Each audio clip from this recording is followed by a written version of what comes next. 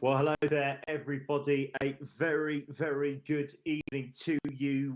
24 came, now only 4 remain. This is The Walk On, our brand new show here on Online Dust. We say brand new, we've been doing it now for the past 3 days. But basically what we're going to be doing, if you don't know about this show at all, is that what we're going to be doing over the next year is giving you previews of every single PDC televised session of darts. And we've been doing it here Friday and Saturday. And of course, we did some earlier today. Jack Gobby-Garwood's been here all weekend. Mate, I feel quite bad because I did the first one and now I'm doing the last one as hosting. But you've basically been here all weekend. Have you actually left your man cave?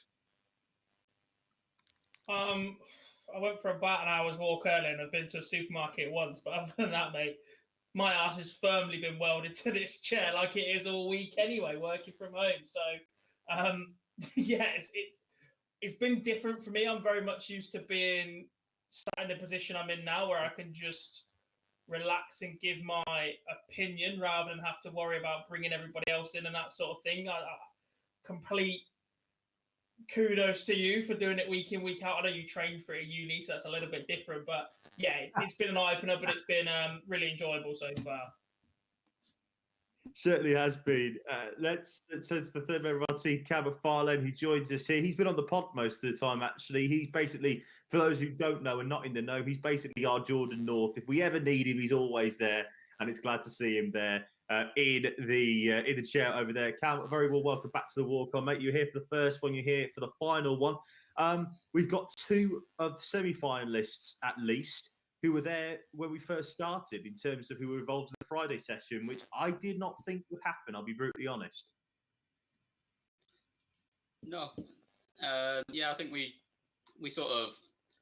hinted that both of them had a fairly good chance of having a run, but we weren't sure that they were going to go as deep as they have. Yeah, just obviously evening to both of you. Love finals night. It's always the best night of any tournament, isn't it? And yeah, I am the Jordan North because I don't have a life. I literally don't do anything else, so I'm always available. It's pretty good, to be fair. But it's nice to have your company, and it's nice to have everybody else in the chat room's company as well. Very good evening to Fraser, to Jacob, to Martin, to Dan. We've got Rachel in the chat room as well. Lee, who's been with us, of course, a couple of times to the Walk On. Very well welcome to you, of course, Lee. David's also joining us as well. Thank you very much indeed for joining us. Of course, we appreciate there's so much sports on at the moment, and God's very happy. As you might be able to tell from his shirt, he is a bit of a Liverpool fan, and they're currently 2-0 up against West Ham. So he's in a happy mood today, but not necessarily in a happy mood in regards to a certain Dutchman.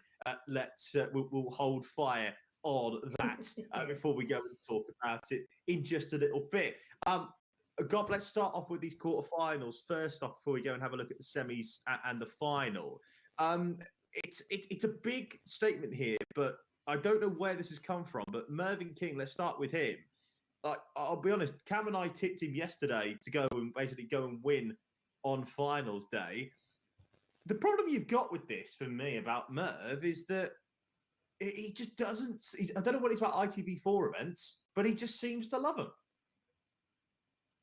Oh, mate, he's been absolutely superb. I completely agree with you two tipping him to potentially pick up this title. He's arguably one of the most informed players in world darts. He's averaged 101 3 games in a row. That sheer level of consistency at that level is ridiculous in its own statement. To do that has been superb, especially over 2 races to 10s. He's been 5-0 up twice. He's been absolutely rapid out of the blocks, and I think he'll have to do that again later. But he just took the game away from Nathan Aspinall, who will now have, if it wasn't for those 3 legs he picked up, there'll be serious doubts about Nathan Aspinall and the change in equipment. But I think those 3 legs might mean we see him stick with them for a little bit longer. Certainly the case. Merv in a bit of form, and Cam, for now, our dream is still alive. 50-1 seemed a very, very silly price. But in all fairness, we all said at this point, because at the first time anyway, on the live lounge to start off with, that whoever would make the Dozer versus King, who'd win that game, would get through to semi-final. It was proven true. I'm trying to save grace on that one because I did predict Dozer would beat King. But let's forget that for a second. 50-1 in the betting market seems a decent price, and he's still 11-2 now to go and lift the title because obviously he's got to go through Price, which we'll go on to in a minute. Yeah, I mean, he's still being a little bit underestimated, I would say. But then again, I mean, Price has been spectacular in his 2 games so far, so you can see why. But no one's put him under pressure either, which obviously Cullen talks about doing it. I fancied Lewis might do it a little bit earlier, but he just never really did. It's going to be different if King comes out the box like he has every game. Certainly the case. Let's stay with you, Cam, and let's talk about the world #1 and world champion Gerwyn Price, who's enjoying his time being announced as that at this moment in time. 2 very, very good performances. One yesterday against Joe Cullen and today against Adrian Lewis. AD was clinical on the doubles, but that scoring power from Price, I think, is just continuing to improve at this moment in time. Another 105.6 average, highest winning average so far in the tournament. This is a very, very, although to be fair, it's pretty close with the way that with everybody played today, everybody averaging over 100. Price seems to be in the mood here, and that is a very dangerous place for the rest of the field to be. He does, and it's interesting that every game he finishes and says, I didn't think it was that high of an average. I didn't really think that I'd played as well as that. It's obviously pretty clear for us to see when we're watching it, but clearly he feels like he's got quite a bit more in the tank still as well. He's been really, really impressive, and obviously he seems that winning the world champs is sort of, if anything, it's just giving him an extra level of confidence. Look, we all know, I take the mick a little bit, obviously, but with you, Gob, around Gerwyn Price, but there's no doubt about it in my mind that he is playing the darts that a world champion and a world #1 we expect from him. Like 105.6 average is not a bad way to go, following off the back of 104 yesterday. The thing is, as Cam just said there, Gob, he looks like he ain't getting out of 3rd gear, never mind 4th or 5th. Yeah, he's been very comfortable. He's still capable of those little bursts that just take the games away. I think back to the 311 darters he pinned yesterday. And even then, he barely looked like he was breaking sweat. There's times where he just makes the game look so easy, which you look at every world #1 we've ever had or every player we've ever put in this bracket, and you can say exactly the same about them. When they're on form, when they're at their peak, they make the game look incredibly easy. We said it about Van Gerwen when he dominated in 2016, 2017. Phil Taylor always used to make the game look so easy, the way he switched around the board and picked up whatever he wanted. Like, that's the sort of skill level you need to be the world #1 and world champion. God, we'll stay with you, and we will talk about the defending champion here at the Masters, now the only man left in the field who knows what it is like to win this tournament, in the shape of Peter Snakebite Wright. Once again, Chizzy getting through a game, but then falling apart when the chips are on the line a little bit. You know, we'll come on to play a clip in a second. Actually, you know what? We'll go and play this clip now about this. Stuart Pike was speaking to Phil Bars a couple of weeks ago about who would claim that 10th Premier League spot, and he thought that Chizzy was in the box seat. Yeah. Moving on, the Premier League you touched on earlier, we still have one space left, that hallowed 10th spot. Who is the front runner at the moment, do you feel, and who will get it? Chizzy's got to be the front runner, and then we'll see what happens in the Masters. Of course, it's a possibility for it all to change, you know, and I think that in a way that might be part of the reason, or some of the reason, that it's gone from 16 to 24, because a lot of those players who are added to the tournament, you know, could rightly put their hands up and say, well, you know, I've got a right or a chance, or, you know, to give it a go and be in there. I would think Chizzy is in the box seat at the moment, but over 3 days in Milton Keynes, that could change. I'm glad, by the way, you know, I think because of the last 2 years, because of the way things worked out with the contenders and challengers, that was the right thing. I think they're back to the right thing now with 10 players and losing 2 after judgment night. So there, Gob, you heard there that Pikey saying that Chizzy was going to be the front runner.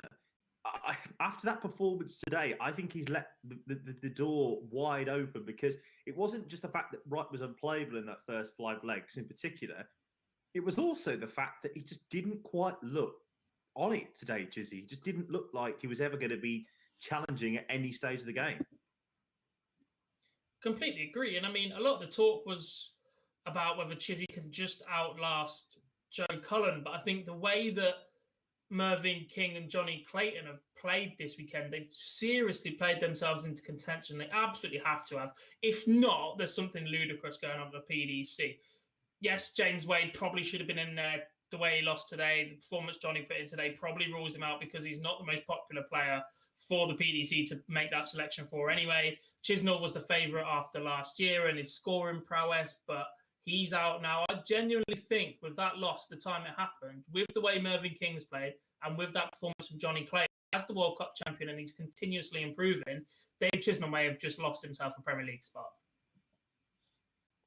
What do you think they can? Because again, not to disrespect Peter Wright here, because as I say, those first 5 legs, he was near as damn it unplayable. But what do you think for Chizzy's hopes? Do you know? I just think he's in a little bit of trouble.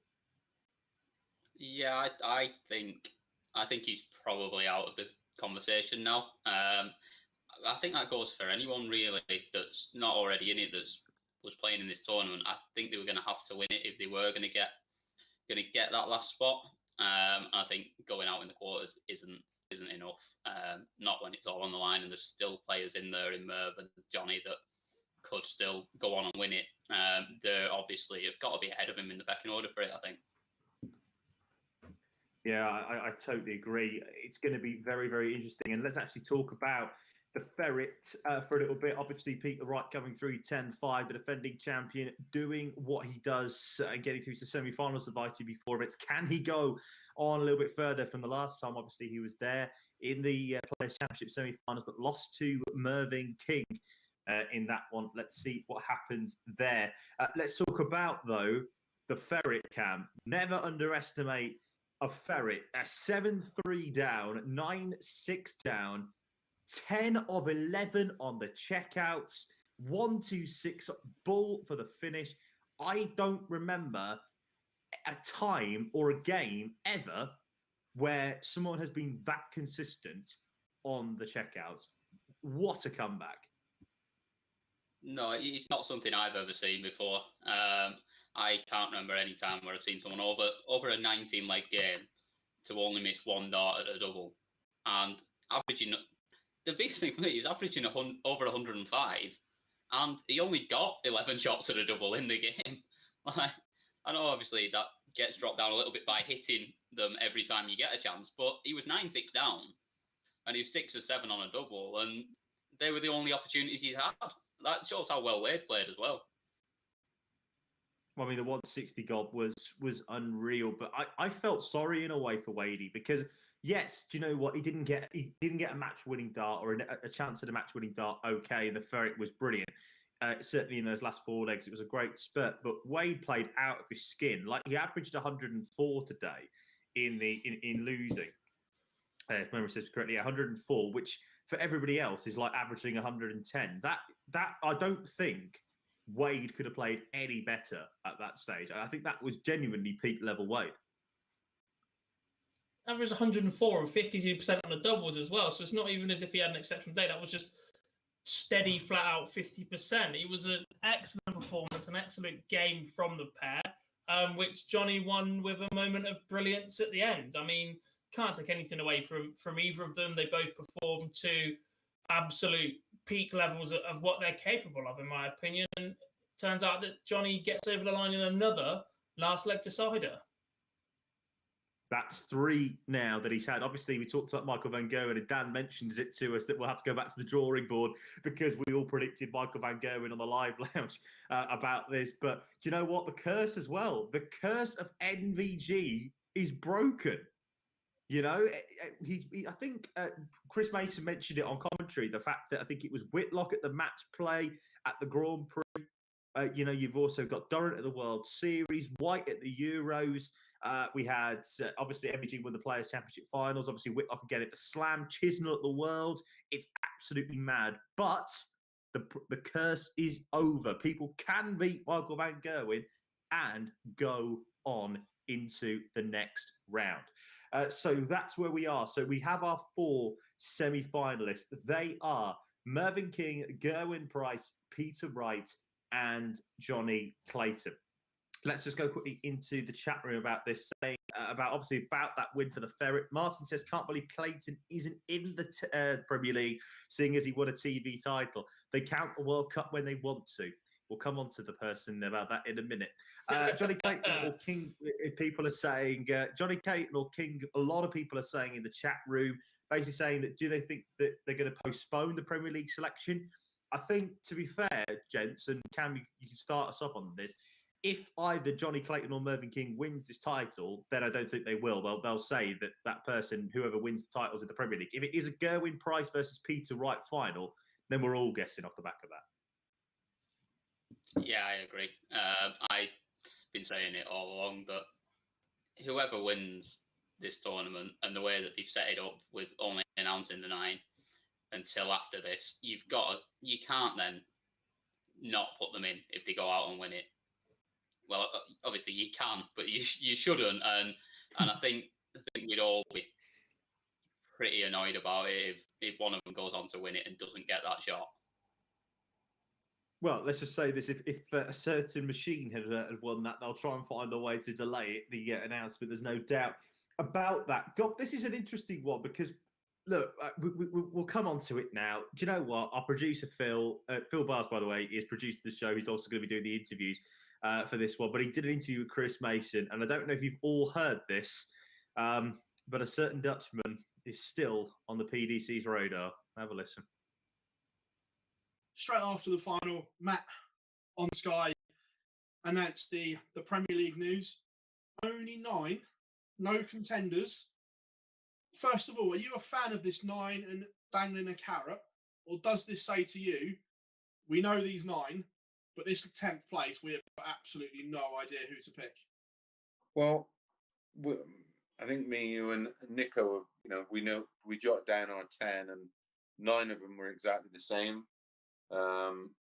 That 10th spot was tough. I gave it initially. I thought Chizzy might get it. I think his ranking and the season he's had. Yes, the argument is. I mean, the problem is they sort of change. They chop and change to suit, which is their prerogative. You know what I mean? They're the ones paying the money out. They can do what they like. But then sort of go, is it floor form? Is it TV form? Or is it a combination of both? Combination of to pick. Answers on a postcard. I honestly, I watched the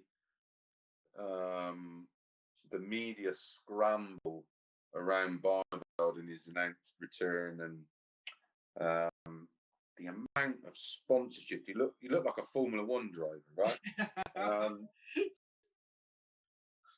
And all of those deals will be based on him, I'm sure. Getting back on TV, otherwise they're pointless. The not necessarily ticket sales, because the Premier League nights sell out before anyone's announced, as in a normal environment or a normal year. But viewing figures are key. Analytics across the board in social media. If he gets a tool card, I think they'll put him in.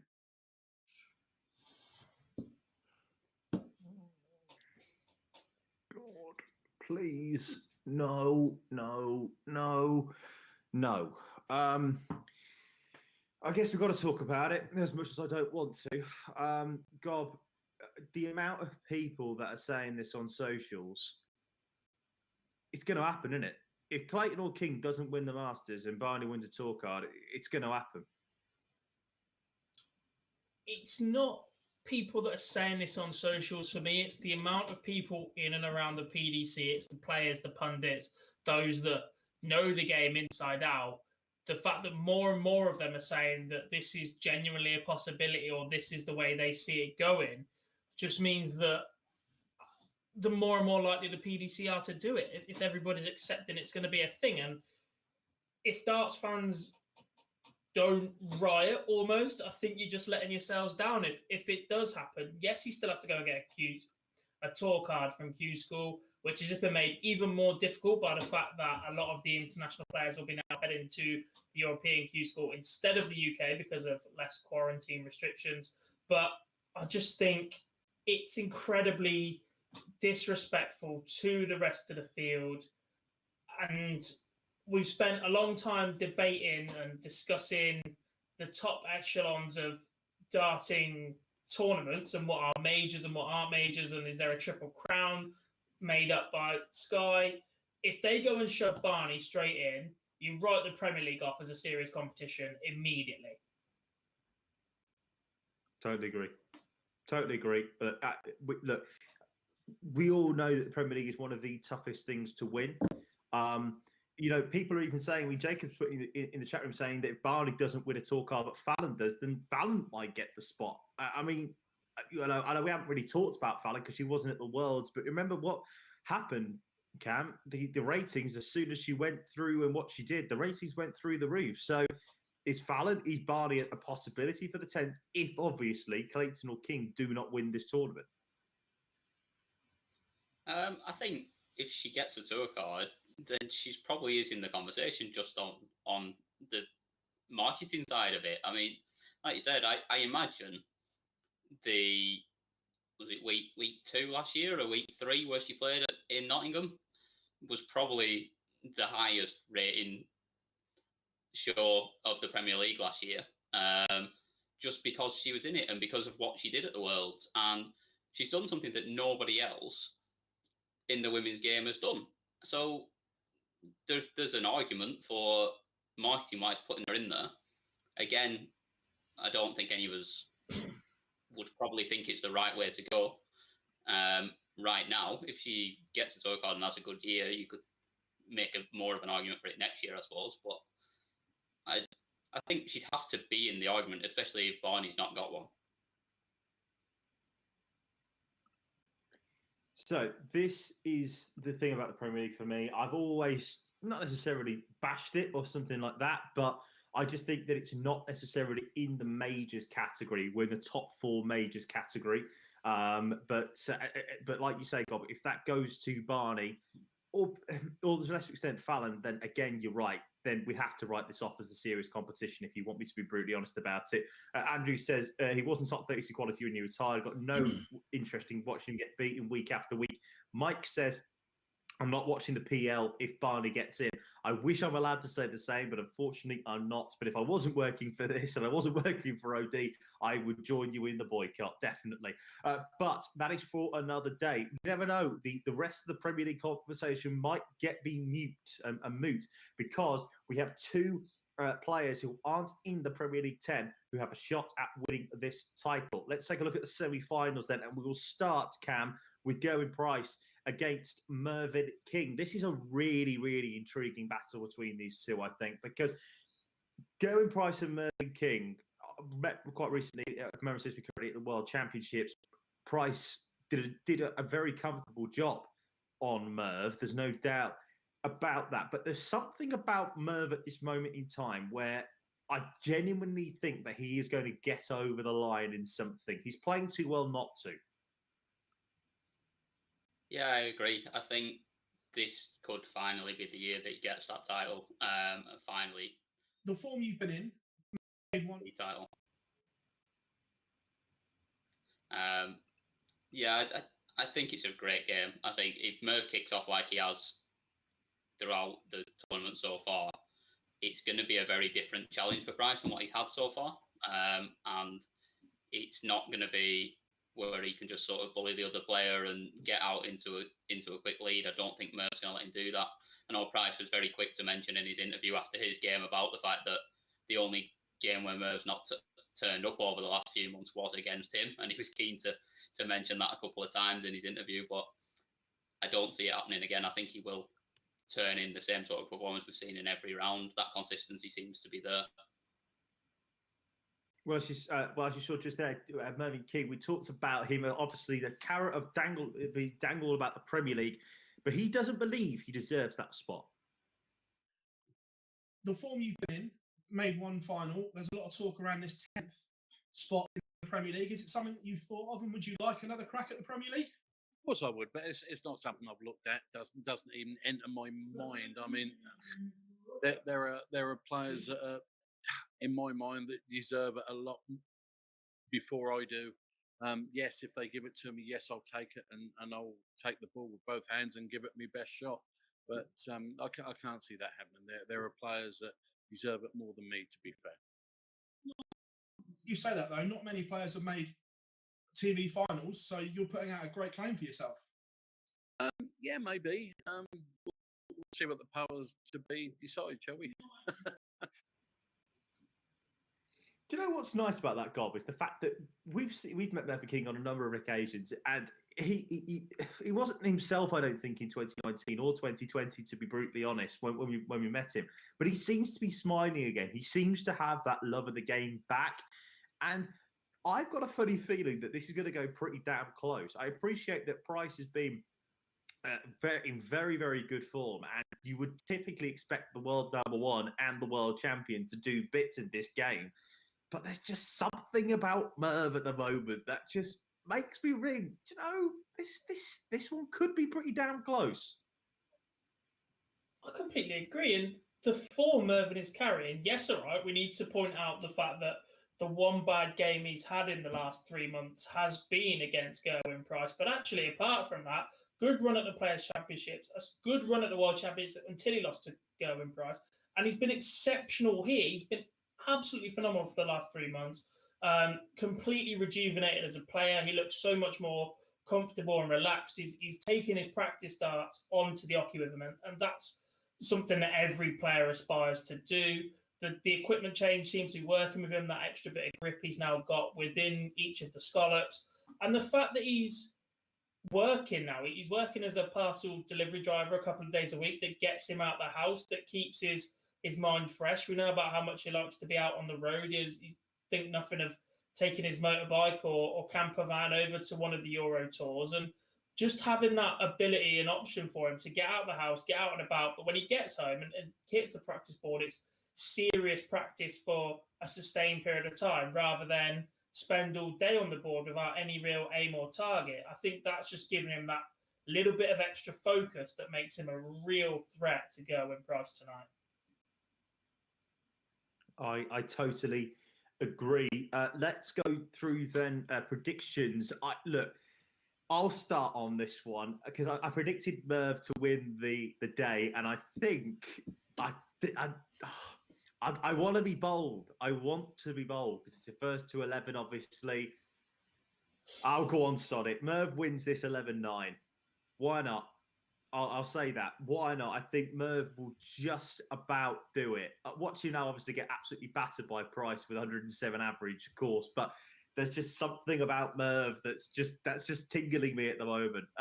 Cam, we'll go with you. Are you going to join me on the Merv train? Yeah, I'm there with you on that one. I'm sticking with it. I just think he's playing really well, and I think he's gonna just squeak his way through. It's gonna be tight. It's not gonna be easy.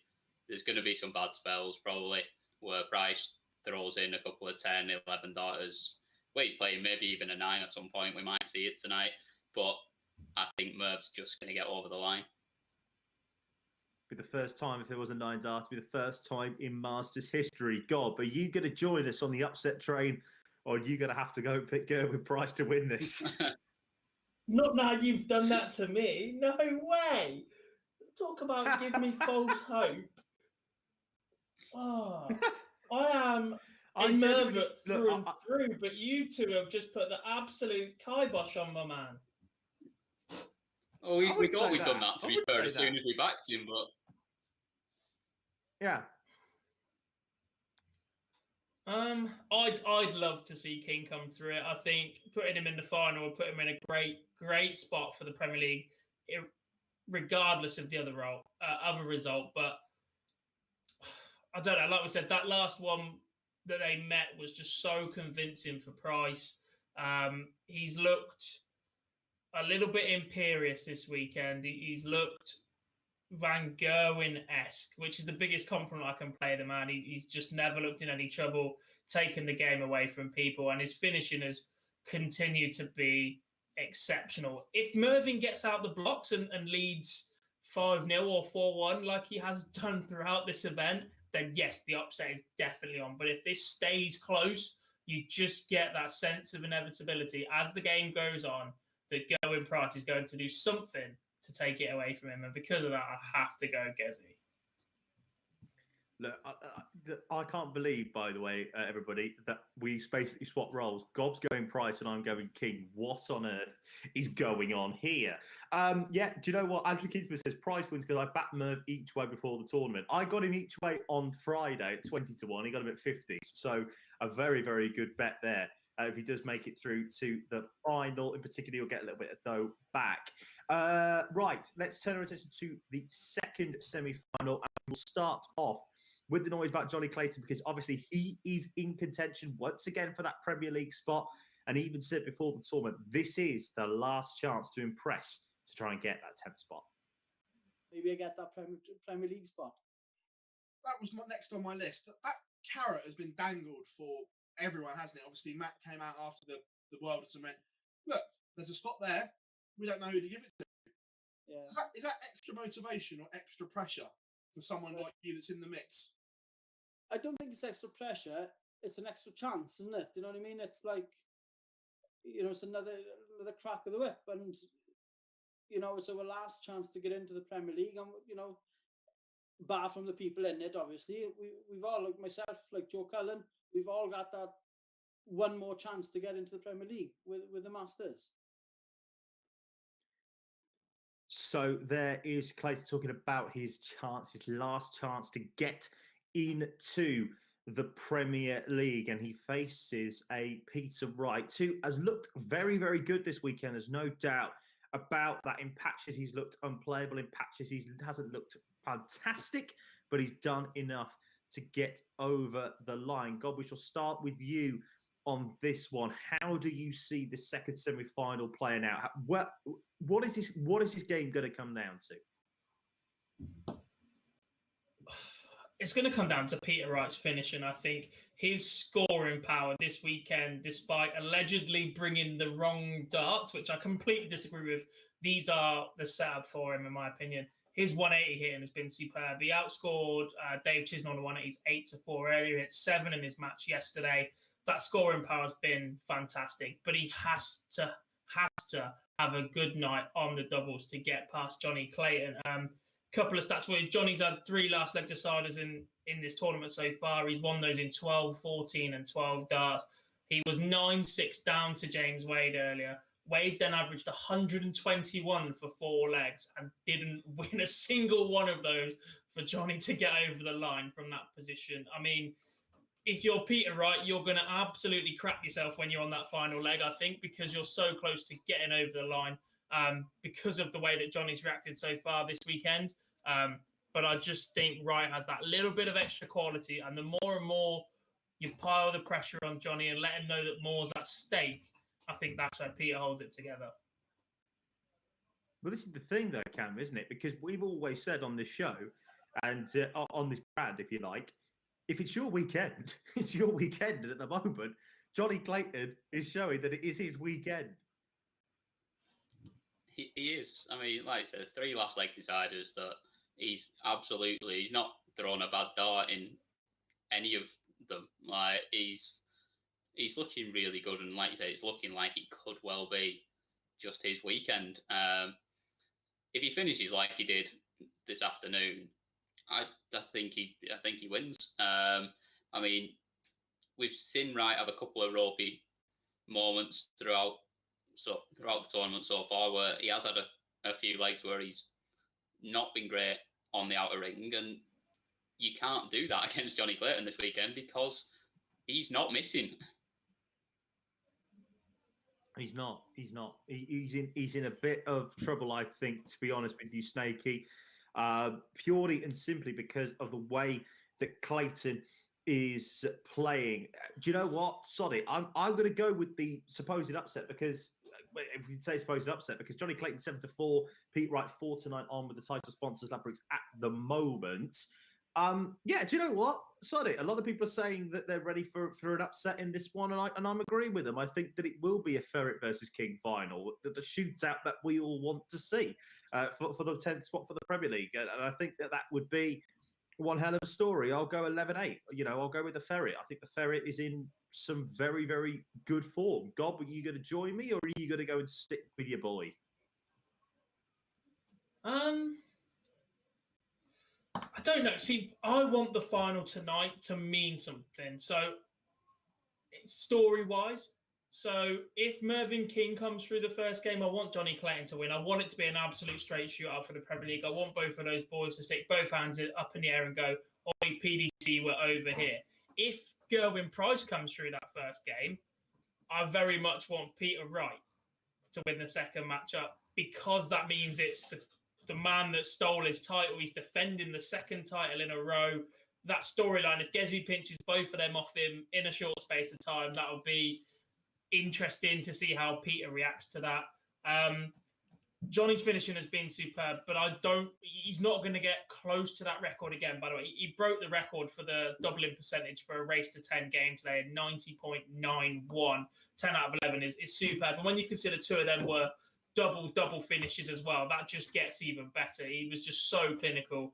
But I'm sticking, as I've gone Price, I'm sticking with Peter Wright, and I think we get to see a showdown of two of the big four, as I'm going to keep calling them, and I think that'll be one for the ages. Cam, you get the casting vote. Are you going to join me on the upset train, or are you going to go and stick with Snakey to reach the final for the second straight year at the Masters? I'm on the upset train as well. I think you've been spending far too much time with me, John, and the fact that you're taking my bold predictions before I get a chance to have them. Yeah, I'm going for the 10th spot shootout as the final. I think Johnny just outlasts Peter Wright and just hits the finishes when he needs to and gets over the line. Last leg decider again. Yeah, do you know what? As I say, if it is your weekend, it is your weekend. And that at the moment is definitely what it's looking like for Johnny Clayton. So our finals at the moment are, well, both Cam and I are on the fight on the upset final of Johnny Clayton against Mervyn King. A lot of people are saying that in the comments tonight, although Lee's gone with Wright versus Price in the final. Wright to win it 11-8. That would be one hell of an upset in that sense. What's that, sorry? Lee's sacked. Can't be playing all nicey with me on 2 walk-ons and then turning up in the comments section for the final one and going, Barney for the Premier League. Nice knowing you, pal. He's out of here. You're out of here. He's even joined the Mervyn and James Wade hype train as well. And then he goes and does that, Lee. You were doing so well. The Merv, look, we all, any Merva in the comments, let us know on that one, definitely. But we've gone, like you say, we've gone for an upset final in the shape of Clayton against King. Gob, you can start us off, actually, because I'll let Cam go with his pick after you, but you've gone differently. You've gone Wright against Price. Who do you think will be walking away with a Ladbrokes Masters trophy, the most important trophy of 2021? Something like that. I hadn't thought this through when I got to this final. I'm going to go Peter Wright. I'm going to say he defends it, and I'm going to cling on to that for dear life. Look, I just think his scoring power has been absolutely brutal. He started a little bit slowly in his game yesterday, but broke Simon Whitlock with a 10-darter. He's been in both situations now. He's been in that tight contest where Whitlock threw absolutely everything at him. And he's been comfortable cruising ahead like he did against Dave Chisnell today. As long as he doesn't pick up a different set of darts between winning earlier and the rest of the evening, I can see Peter Wright defending his Masters crown. Right, I've stolen your bold predictions there. So Wright's going there with the Masters win for Gob. Cam, I've stolen your bold predictions there. Who do you think will be lifting the title? Are you going to stick with Merv? I am. I think it's finally time, and I think we'd all love to see it, wouldn't we? I think it's been so long that he's been chasing that title, and I think tonight's the night. But I think again, it's gonna be a very close one. Well, this is what I'm going to say about this as well. A lot of people are saying Gerwyn Price. You know, we haven't really given Price any chance of winning this from all of us here at the moment, purely because I think we've all gone with Merv really to win the first semi-final. Well, myself and Cam have anyway. Gob's never going to pick Gerwyn Price to win a title. There'll be pigs will fly before all that happens. People are saying Johnny Clayton I did it twice last year. Thank you very much. Where did you do that? I can't remember, but I definitely did it twice. So I think I picked him for the players. Yeah, and he played. No, crap. you can't have done that. I 100% picked him for something. Because it was a shock when I did Champions League? There was no Champions League, Phil. There was no Champions League.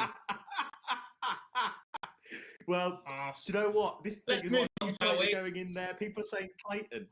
People are saying Clayton as well. And do you know what? This is the worst thing I'm going to do. I'm going to be a flip-flopper again and change my pick. Because if it's your weekend, it's your weekend. And you do not underestimate a ferret, as Dan Dawson has told us many, many a time. And I think this could be the moment where Johnny Clayton goes from being a World Cup winner to winning his first televised singles title. You just get that sense. Do you remember when Nathan Aspinall won the UK Open? We all looked at that final day and the way that he'd come through, and we just went, look, if it's your weekend, it's your weekend. We nearly had that last year, to be fair, at the UK Open. God, do you remember that with Daryl Gurney? Going through about 15 last leg deciders and somehow getting to a semi-final. You know, we nearly had that there. I remember it very well. He broke 3 ACCAs in 4 attempts. Don't sound bitter, lad. So that's the thing about this. So I've got a funny feeling that if it is your weekend, it is your weekend. And I will say that Johnny Clayton will be the ferret. It will be the ferret that wins this title. I've got a funny feeling that it would be. He says, have you ever seen, David says in the comments before we go, have you ever seen a ferret and a snake go to war? You're about to. That would be quite interesting, actually. If someone could organise that on the next Attenborough show, that'd be amazing.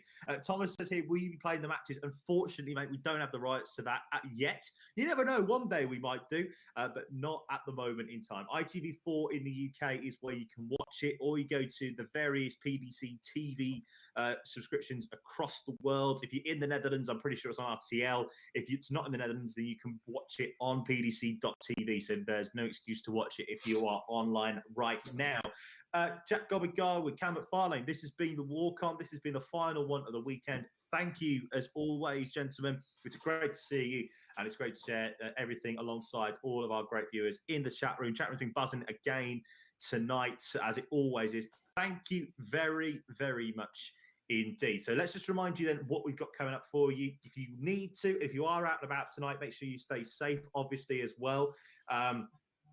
If you need to, then all you need to do is follow us on our live blog. You have got Brad Pates with you for full coverage on the live blog. He's kicking you through the semis and the final. You've also got me doing the report, so you can read the report once it's out. Obviously, Phil Barrs will be doing an interview with the winner later on right here on our YouTube channel. So make sure that you like and subscribe, so that way then you do get from that one. The winner, by the way, he says that his winner's Johnny Clayton. Is what he's saying in the in our ear, and our producers' ear. So he thinks he's going to be doing an interview with Johnny. Let's see what happens there. Don't forget as well that tomorrow Live Lounge is back. We're going to be with you from 8 o'clock in the evening, going through our final bits, our fair bits of the Masters, and also as well final preparations ahead of Q School. We will also be announcing our Q School plans as well, our coverage plans, which could include a few live streams. Spoiler alert, it will. And so we will be doing some live streams on that one. But Live Land tomorrow, 8 o'clock, right here on the YouTube channel. Subscribe, turn your notifications on so you do not miss it. So we are down to 4 in the Masters. We have Gerwyn Price, Mervyn King, Johnny Clayton, and Peter Wright. Who will walk away with the title? We're about to find out, and we're very excited. Brad's got you covered over on the live blog, onlinedarts.com. Make sure you go and check that out. ITV4 in the UK, or you can watch it on ITV Hub if you are out and about, or pdc.tv if you are around the world. Thanks again for watching the Warcon throughout the weekend. We'll see you back here. Myself, Gob, and Philip Bars will join you from 8 o'clock for the Live Lounge GMT. We'll see you then tomorrow night. Take care. Have a great evening.